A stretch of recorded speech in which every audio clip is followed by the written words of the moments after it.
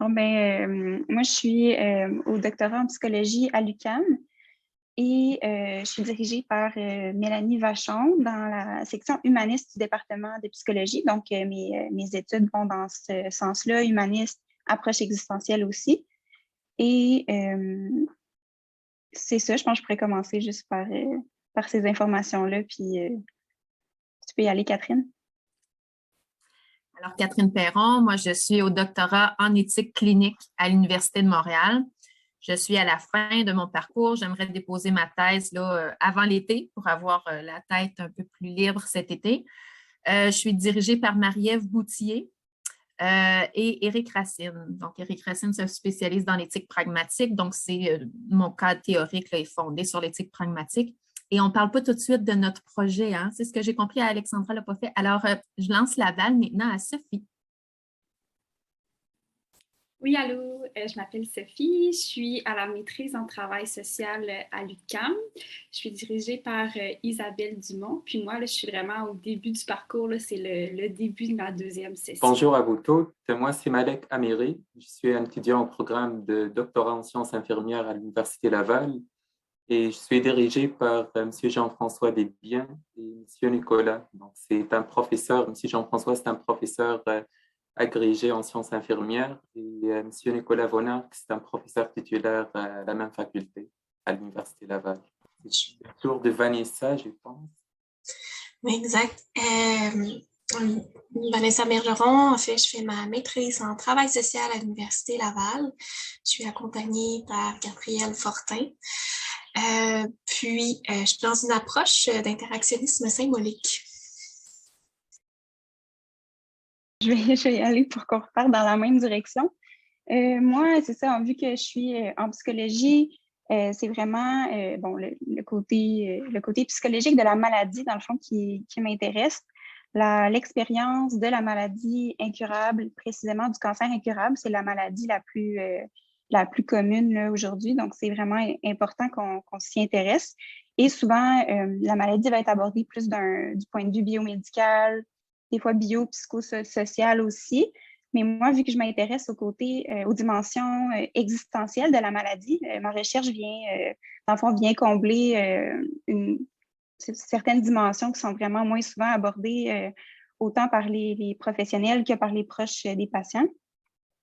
Donc, moi, je m'intéresse précisément aux métaphores que les patients utilisent pour décrire leur expérience de leur maladie, mais aussi, dans le fond, les métaphores qui sont dans leur récit en général, quand on leur demande de raconter ce qui s'est passé. Des fois, ça va partir du premier diagnostic qui a eu lieu des années avant jusqu'au moment où il y a eu un diagnostic de maladie incurable et les années après, parce qu'il y a des trajectoires vraiment variées. Des fois, la personne peut vivre des années avec un cancer incurable. Donc, ce que les métaphores, dans le fond, viennent nous apporter, c'est le côté, dans le fond, symbolisation, l'expérience aussi, toute la texture de l'expérience qui est présente dans les métaphores. Et une démarche importante dans la guérison psychique, si on veut, c'est justement cette symbolisation-là, symboliser la souffrance, puis trouver des images qui vont nous permettre, dans le fond, d'articuler un récit. Fait que les métaphores, pour ça, sont vraiment intéressantes. C'est comme un point d'entrée dans l'expérience des patients. Et c'est ça, les métaphores, vu qu'ils nous permettent de symboliser, sont à la source du récit de la personne et à la source aussi du bouleversement que la personne souvent a vécu parce que, dans le fond, l'importance de se raconter dans la maladie, selon mon approche, c'est de mieux comprendre le bouleversement parce que souvent, la maladie, elle vient bouleverser la vie de la personne et donc toute son histoire personnelle. Souvent, il y a un désaccordage entre le passé, le présent puis le futur. La personne, elle voit que, oups, il y a des choses que je suis plus capable de faire, ma vie présente n'est plus comme le passé, puis elle ne sera plus jamais. Puis aussi, en fonction du futur, il y a aussi un désaccordage. La personne, des fois, peut manquer d'espoir ou elle peut se dire, qu'est-ce que ma vie future va être, ou même à un point plus intense, ça va être la mort. OK, c'est ça qui m'attend. Fait que tout le récit, compris à la lumière des métaphores, ça nous permet, dans le fond, de mieux comprendre qu'est-ce que la personne a vécu Et après, ben, de mieux, l'impact clinique de ma recherche, ce serait de mieux comprendre la personne pour mieux la soutenir, dans le fond, dans ce qu'elle vit, puis l'amener à élaborer son récit. Et c'est ça. Puis le deuxième point, dans le fond, l'impact clinique aussi de ma recherche, j'aimerais que ça soit de pouvoir mieux communiquer avec les patients. Parce que les métaphores, ben, dans le fond, c'est à la base du langage. Fait que l'idée, ça serait de mieux comprendre leurs métaphores pour pouvoir mieux comprendre, utiliser leur langage à eux pour leur parler et non appliquer notre langage à nous, de professionnels, ou le langage, juste le langage, je sais pas, mettons, plus les présuppositions sociales qui teintent le langage. Ben, au lieu de prendre ce langage-là, qui est comme préconçu, ben, à la place, on vient prendre le langage du patient lui-même. Donc, on arrive à créer un lien beaucoup plus facilement avec lui de cette manière-là. Donc, ça fait pas mal le point sur les impacts cliniques. Avant de finir, peut-être les impacts de la recherche. Les métaphores, c'est un angle de recherche en méthode qualitative, dans le fond, mais c'est vraiment peu abordé. Fait que j'aimerais ça mettre de l'avant l'utilisation des métaphores pour les recherches qualitatives. Alors, donc, moi, je fais ma thèse sur les groupes interdisciplinaires de soutien à l'aide médicale à mourir. On appelle ça les GIS. Alors, dans chaque établissement du réseau de la santé et des services sociaux, il y a des GIS qui, eux, sont mandatés de soutenir les intervenants qui, eux, sont impliqués dans l'aide médicale à mourir. Dans la littérature, on parle beaucoup du soutien aux patients eux-mêmes, de la démarche, des enjeux pour ou contre, du soutien à la limite aux proches, peut-être un peu, mais donc le soutien dont les soignants peuvent bénéficier, c'est moins abordé, mais surtout, lorsque les GIS ont été implantés au Québec, ils se sont structurés de façon très différente dans les milieux. Et il y en a qui sont très faibles, finalement, donc où les milieux, les soignants ont peu de support, et d'autres GIS se sont très, très bien structurés.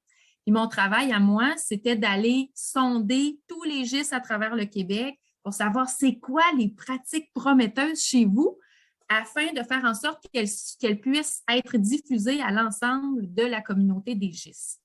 Et donc, comme tel, il fallait que j'aille explorer c'est quoi les pratiques actuelles pour en faire émerger les pratiques prometteuses. Puis, on s'est basé sur 3 critères, là. Essentiellement, les pratiques devaient être innovantes, elles devaient être utiles et adaptables. Fait que les pratiques que tout le monde connaissait, ben, on les éliminait. Les pratiques qui n'étaient pas du tout adaptables, on les éliminait aussi. Pardon. Donc, c'est un peu ça. Et donc, là, j'ai présenté au ministère de la Santé parce qu'au départ, j'ai fait aussi ma maîtrise en travail social. J'ai questionné les personnes qui étaient en fin de vie sur leur perception par rapport à l'aide médicale à mourir. Et je me tournais au doctorat vers l'élargissement, tous les enjeux liés à l'élargissement de l'aide médicale à mourir, particulièrement en contexte de troubles de santé mentale.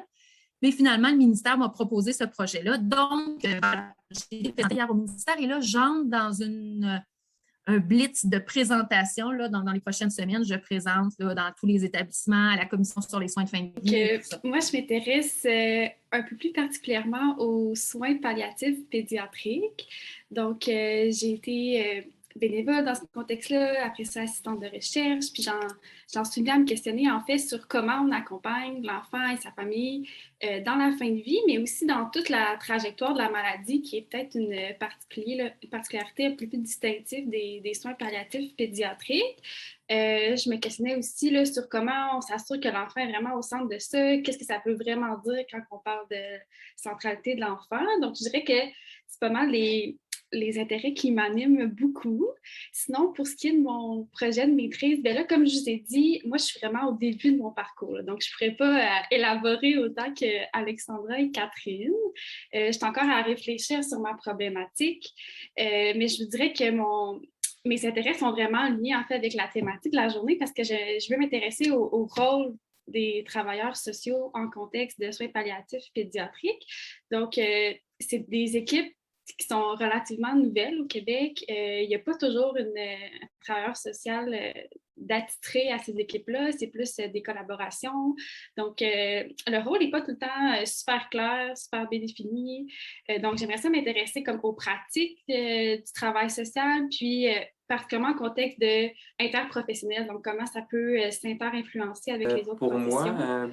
Moi, je m'intéresse essentiellement à la question de l'angoisse face à la mort ou devant la mort chez des personnes atteintes de cancer en fin de vie. Et j'ai commencé à travailler sur cet objet de recherche depuis ma maîtrise en sciences infirmières, donc depuis 2016. Et juste pour faire un petit lien aussi avec mon projet de mémoire, donc il y avait deux étapes. Dans une étape préliminaire, j'ai procédé à la traduction et à l'adaptation transculturelle de l'outil Dependa Indistreska et le contexte québécois. Et j'ai exploré les liens entre l'angoisse devant la mort et les interventions infirmières auprès donc, des personnes atteintes de cancer. Mais à la fin de ma maîtrise, j'ai trouvé que vraiment jusqu'à maintenant, le concept en tant que tel ou le phénomène, donc ce phénomène affectif, il n'est pas vraiment bien défini et il n'existe pas vraiment jusqu'à maintenant un consensus sur sa nature ou sa dynamique ontologique et sur ses dimensions. Et c'est pour cette raison, donc, dans mon projet de doctorat, mon but de recherche ou mon objectif général, ça serait vraiment de bien décrire, de comprendre et d'interpréter l'expérience de l'angoisse devant la mort telle qu'elle est vécue par des personnes atteintes du cancer en fin de vie, mais aussi telle qu'elle est perçue par des infirmières en soins palliatifs. Et le tout, ça serait vraiment dans une perspective ou dans une posture philosophique aussi. Et plus précisément, sans vraiment rentrer beaucoup dans des éléments méthodologiques, mon but, c'est d'élaborer une construction consensuelle sur l'expérience de l'angoisse devant la mort, tout en adoptant une approche phénoménologique herméneutique d'inspiration philosophique. Donc, je m'inscris beaucoup plus dans une posture aux perspectives constructivistes. Mon but, c'est de construire donc cette réalité pour proposer éventuellement euh, disons donc une construction plus riche et plus complète de l'angoisse devant la mort chez des personnes atteintes de cancer. Comme apport clinique, ça serait surtout de bien outiller les infirmières éventuellement pour accompagner de manière éclairée et adéquate les personnes atteintes de cancer et pour bien soulager l'angoisse devant la mort d'une façon vraiment plus adéquate et pour éventuellement aussi améliorer la qualité de vie des personnes atteintes de cancer. Mais aussi, l'un des apports cliniques de mon projet de thèse, ça serait aussi d'aider les infirmières et éventuellement même les autres professionnels de la santé à aborder donc, ce phénomène affectif avec aisance et sérénité. Donc, parce que vraiment, on sait tous, j'imagine que l'angoisse devant la mort ou la mort en général, donc, suscite toujours donc, des émotions ou des préoccupations chez la plupart donc, des professionnels de la santé ou les personnes qui accompagnent les personnes donc, en fin de vie ou qui présentent des maladies chroniques. Euh, pour ce qui est des apports au niveau de la recherche, ça serait essentiellement de proposer éventuellement des interventions infirmières qui prennent en considération les personnes atteintes de cancer dans toute leur globalité et dans tous les caractères, dans tout ce qui est vraiment caractère unique euh, pour vraiment bien cibler toutes les dimensions existentielles, mais aussi donc toutes les dimensions qui sous-tendent l'angoisse Je pense que devant mon la mort. projet va recouper quelques éléments qu'on a parlé jusqu'à maintenant. Moi, c'est ce qu'on appelle une maîtrise professionnelle. Donc, c'est vraiment la mise en place d'un projet d'intervention. Donc, c'est un peu différent de comment qu'on développe le projet, en sens que c'est des milieux qui approchent, qui ont des besoins, puis nous, on essaie de créer une intervention qui va peut-être pouvoir répondre à un besoin ou améliorer, en fait, que ce soit un service ou une approche d'intervention. Donc, dans mon cas, c'était les intervenants, donc les travailleurs sociaux, qui œuvrent auprès de la clientèle, qui font des demandes d'aide médicale à mourir au CHU de Québec. Donc, au départ, mon milieu, c'était vraiment un peu de dire on veut créer des ponts entre les intervenants parce qu'on n'a pas tant de travailleurs sociaux qui sont formés vraiment pour cette clientèle-là, puis qui sont à l'aise d'intervenir auprès de la clientèle qui font des demandes d'AMM, puis sont un peu dispersés aussi dans différentes équipes. Donc, ce que j'ai proposé, ça a été la mise en place d'un groupe de co-développement avec différents travailleurs sociaux qui œuvraient dans le même domaine, mais qui n'étaient pas nécessairement dans le même établissement. Et dans les équipes, on avait à la fois les TS qui sont sur le terrain, puis des TS, mais qui sont plus à titre de coordination, donc à PPR dans le réseau, ce qui vont plus faire la distribution des différents, en fait, qui vont créer des liens entre les différents intervenants et tout ça. Donc, on est parti le groupe à l'automne, donc ça a parti à partir de septembre 2021. On a terminé en fait en janvier 2022. Et le besoin étant vraiment on a besoin de parler, on a besoin de faire des ponts avec les autres intervenants, de rencontrer des gens qui rencontrent une situation qui est semblable à la nôtre aussi. Puis ça a été super intéressant parce que le co-développement est comme une approche on a certains rôles. En fait, tu as toujours une personne qui représente un client, qui va présenter une situation qui a pu être confrontante, que ce soit au niveau personnel ou professionnel. Puis, tous les autres membres du groupe sont ce qu'on appelle les consultants. Donc là, on va essayer de mieux comprendre qu'est-ce qui est venu te chercher dans cette situation-là pour emmener des nouvelles solutions. Donc, dans certains cas, c'était vraiment, j'ai l'impression que j'avais plus d'angle d'intervention ou j'avais pas comment prendre la situation. Il y en a d'autres que c'était vraiment, je me suis sentie confrontée. Puis là, j'essayais de me situer à savoir est-ce que j'étais confrontée dans le cadre de mon travail ou est-ce que c'est venu me chercher dans mes valeurs personnelles aussi. Puis, ça menait en fait tout le temps à chacune des rencontres à vraiment une grosse réflexion personnelle de c'est quoi le rôle des travailleurs sociaux, c'est quoi les enjeux de l'aide médicale à mourir, c'est quoi les besoins qu'on a en tant qu'intervenant. Puis, les répercussions, en fait, de ce projet-là qui est intéressant, c'était de pouvoir voir les bienfaits, oui, du co-développement. Donc, est-ce qu'on peut mettre en place des groupes de co-développement? Les co-développements, c'est des plus petites équipes, là, généralement, on parle d'un 4 à 8 personnes à peu près parce que on aborde une situation, puis on va vraiment essayer de voir la situation sur différents angles. Donc, c'est intéressant de le faire en petits groupes. Puis, dans ce cas-ci, c'était le premier groupe qui se faisait aussi avec des intervenants qui étaient dans le même domaine. Donc, ils n'ont pas un groupe de co-développement avec à la fois différentes professions. Ce qui aurait été, je pense, tout aussi intéressant. Simplement, en fait, que probablement que les réflexions n'auraient pas été nécessairement dans la même direction qu'on l'a été. Là, on a vraiment mis de l'avant, en fait, la place des travailleurs sociaux dans le contexte de l'aide médicale à mourir. Puis, au final, ça a été, oui, je pense que dans l'angle que je souhaite le prendre, a été de promouvoir, en fait, les travailleurs sociaux au niveau des soins palliatifs, précisément avec l'aide médicale à mourir. Puis, la collaboration aussi qui se fait entre les intervenants, d'améliorer la communication aussi. C'était pas prévu au départ qu'il y ait à la fois des gens qui sont dans la coordination, puis à la fois des gens qui étaient TS, mais ça l'a emmené des discussions vraiment intéressantes, puis ça l'a amélioré des liens aussi entre les instances, parce que le réseau actuellement est difficile. C'est difficile autant pour les intervenants, mais je pense que tous les strates, en fait, sociales du réseau actuellement est fragilisé. Donc, des fois, ça mettait en évidence, en fait, les complications éthiques qu'on peut rencontrer en tant que TS, puis de voir aussi comment on peut mieux les accompagner. Donc, OK, on va créer des rencontres, on va créer plus de rencontres cliniques pour pouvoir parler de ces cas-là. Ça a vraiment emmené des enjeux intéressants. Puis, actuellement, il y a des groupes de co-développement qui ont été mis en place à Québec, justement, dans différentes équipes déjà en soins palliatifs. Puis c'est là qu'on voit en fait qu'il y a quelque chose qui a un besoin de parler, puis il y a peut-être un besoin de ventiler aussi des situations qu'on rencontre. Donc c'est mon projet actuellement.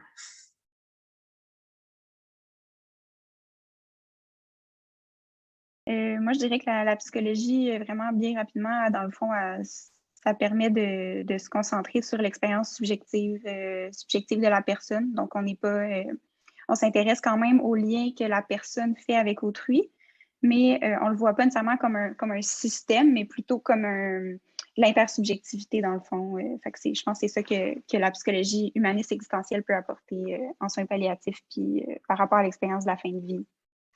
Peut-être débuter pour les travailleurs sociaux. Donc, le travail social, moi, ce que j'ai beaucoup aimé, puis que j'en ressors aussi si je me fie à mes intervenants dans mon groupe, il y a tout l'aspect de le respect des droits. En travail social, il y a ça, les valeurs du travail social sont très fortes dans la pratique, puis ça l'est tout autant en soins PAL puis en aide médicale à mourir parce que il y a tellement, ça va vite, les gens sont dans des situations très émotives. Il y a eu beaucoup d'enjeux qui avaient ressorti, entre autres dans le groupe, au niveau de la collaboration interprofessionnelle. Catherine en avait parlé aussi. Le fait que, par exemple, un médecin est mal à l'aise, donc des fois, dans certains cas, ça a été le TS qui a comme fait la demande en avant pour pouvoir aller de l'avant puis s'assurer que les droits de la personne à la base sont respectés. Puis, je trouvais ça intéressant que dans des équipes comme ça, on ait différents points de vue. T'sais, on a autant, oui, on a les médecins, on a les TS, on a les infirmiers, infirmières. Je pense que cette collaboration-là est primordiale.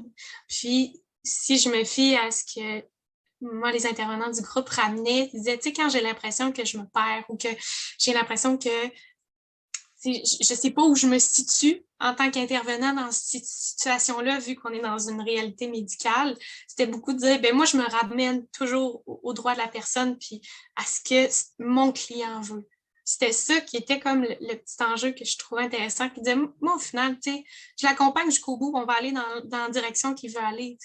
Donc, au final, je m'assure que ses droits sont là, puis quand je sens que la personne n'a pas eu son mot à dire, je vais me mettre de l'avant, puis je vais le ramener, ça. C'est ça mon rôle. Puis je trouve ça très fort comme identité des TS. Oui, puis si je peux faire du pouce sur ce que tu dis, effectivement, la défense de droits, la justice sociale, ça fait partie là, des valeurs du travail social. Puis, comme je disais tantôt, là, je pense aussi que ça se fait dans une vision très globale, très en interaction avec l'environnement. Donc, peut-être une autre vision par rapport à ça. Là. Puis, si je peux me permettre aussi un commentaire par rapport aux pratiques interprofessionnelles, je m'intéresse quand même beaucoup à ça par rapport à mon projet. Puis, ce que je trouve vraiment super en sympathique justement de ce contexte interprofessionnel-là, c'est que quand que les équipes justement sont vraiment soudées, ça vient à une espèce de co-construction des pratiques, je pourrais dire ça comme ça. Puis des fois, les limites peuvent devenir un peu diffuses dans le sens que chacun comprend tellement bien le rôle de tout le monde que chacun va devenir en fait en mesure d'adopter des pratiques qui vont aider pas seulement à leur rôle, mais au rôle aussi des autres. Donc, tout le monde va comme travailler dans un objectif commun. Puis, je trouve que c'est ça qui est beau aussi là, du contexte interprofessionnel, mais c'est sûr que ça peut amener des défis aussi, mais ça, je trouve que c'est un côté positif là, de cette collaboration-là. Donc, dans mon cas, moi, je trouve que le fait de s'intéresser à l'expérience vécue, surtout par des personnes atteintes de cancer, permet éventuellement de proposer vraiment des interventions qui sont plus adaptées et de prendre vraiment en considération aussi toute l'unicité et toute vraiment la spécificité aussi vraiment du vécu du monde vécu de chaque personne, donc gravement malade, en mettant surtout en place des interventions qui misent surtout sur des valeurs humanistes comme le respect, donc l'empathie, l'écoute, la présence aussi constante auprès des personnes qui souffrent. Et aussi, comme l'un des rôles ou peut-être la spécificité aussi de mon projet, je trouve que le fait de bien comprendre aussi l'angoisse devant la mort, ça pourrait aussi éventuellement nous aider à mieux comprendre ou à mieux cibler certaines vraiment demandes ou certains sujets qui sont liés aussi aux soins palliatifs, comme l'aide médicale à mourir ou la quête de sens, la qualité de vie aussi des personnes atteintes de cancer. Parce que l'angoisse devant la mort, donc, ce n'est pas vraiment juste lié à la mort en tant que telle. Donc, des fois, il y a des peurs qui sont éventuellement, ou en fin de compte, c'est juste vraiment une sorte de fuite devant la mort. Et dans ce sens, c'est important, par exemple, avant d'accepter une demande éclairée d'aide médicale à mourir, c'est bien aussi vraiment de prendre du temps pour parler avec la personne qui formule cette demande pour voir est-ce que vraiment c'est une demande qui vient vraiment d'une acceptation ou de l'authenticité vraiment de confronter la mort ou c'est finalement juste une fuite ou c'est juste vraiment de l'esquive face à la réalité de la mort. Donc, c'est pour cette raison, je trouve que c'est intéressant de comprendre aussi cette émotion. Mais aussi, comme un autre point, jusqu'à maintenant, l'angoisse devant la mort aussi n'est pas vraiment très bien comprise, vraiment, ou bien vraiment euh, étudiée dans la littérature, mais aussi elle n'est pas vraiment bien bien vraiment, c'est pas un concept ou une réalité qui est vraiment très familière chez les infirmières surtout. Et je l'ai saisi dans l'une des formations que j'ai données à la maison Michel Sarrazin à plus que 18 infirmières. Et dans ce sens, je trouve que le fait vraiment de proposer euh, ou d'élaborer une construction consensuelle de cette émotion, ça pourrait donc éventuellement aussi contribuer à l'amélioration de la formation en soins palliatifs, surtout chez les infirmières, pour leur permettre de mettre toujours euh, leurs connaissances à jour, mais aussi pour accepter cette réalité et pour la reconnaître bien et éventuellement pour bien soulager aussi toute la souffrance et toute la détresse éprouvée par les personnes atteintes de cancer en soins palliatifs.